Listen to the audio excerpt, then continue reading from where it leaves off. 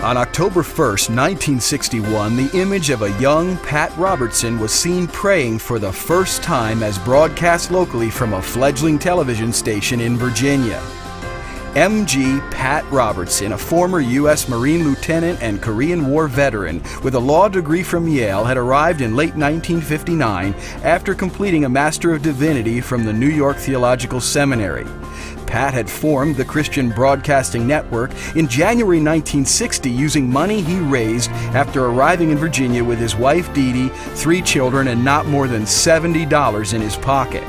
Few would have guessed that what Pat Robertson started then would become one of the largest broadcast and ministry concerns in the world.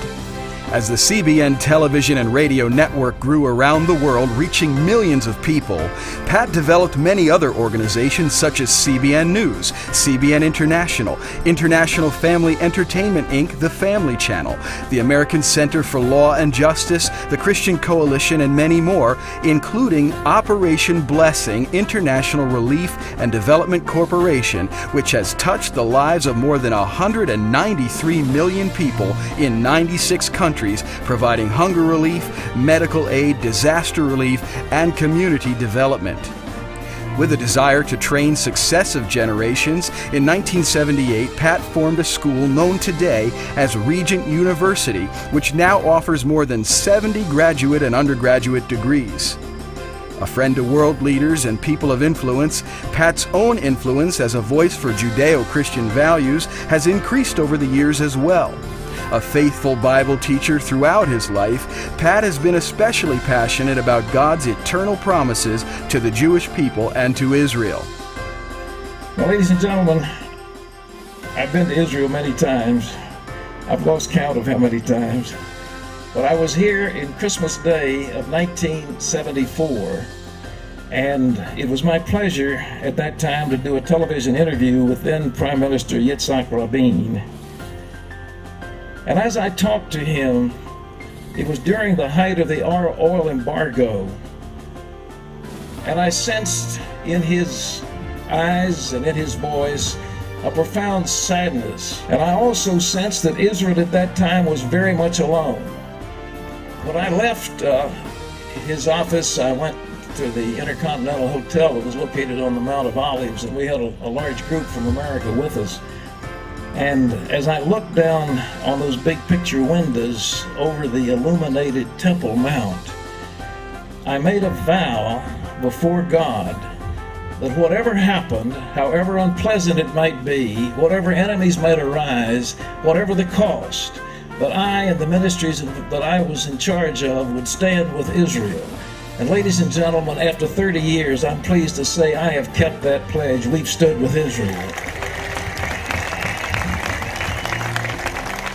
Over the years since then, Pat has indeed kept that pledge, telling Israel's story to tens of millions around the world, even establishing a permanent news desk there in Israel in the year 2000. With special reports and interviews, Pat has given the leaders of Israel opportunity to share the message of Israel, even as other media outlets have distorted the truth. We're here at Yad Vashem, which is a place of great mourning and a great significance. I guess the posture of Israel is never again. Looking back, and it happened over 65 years ago, I was born here in Jerusalem.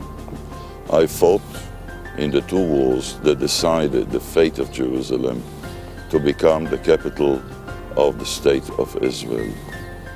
And I believe that they'll never be able to fulfill what they try to achieve, as long as we'll keep our powder dry, our belief unshaken, and we'll have the patience to do what our heritage, religion, call us to do. Time and again, Operation Blessing has responded to Israel's needs with medical services, food distribution, provision of needed toiletries and supplies, school funding, and even aid for rebuilding and reforestation after rocket attacks. Pat has taught about support for Israel to millions of Christians. He has taken thousands of them there in person, and millions have visited Israel via television. And now, through the education of new generations, Pat's passion for Israel will continue as young scholars are trained to have an educated heart for Israel. Tonight, we are pleased to establish in his honor the Pat Robertson Israel Experience Scholarship.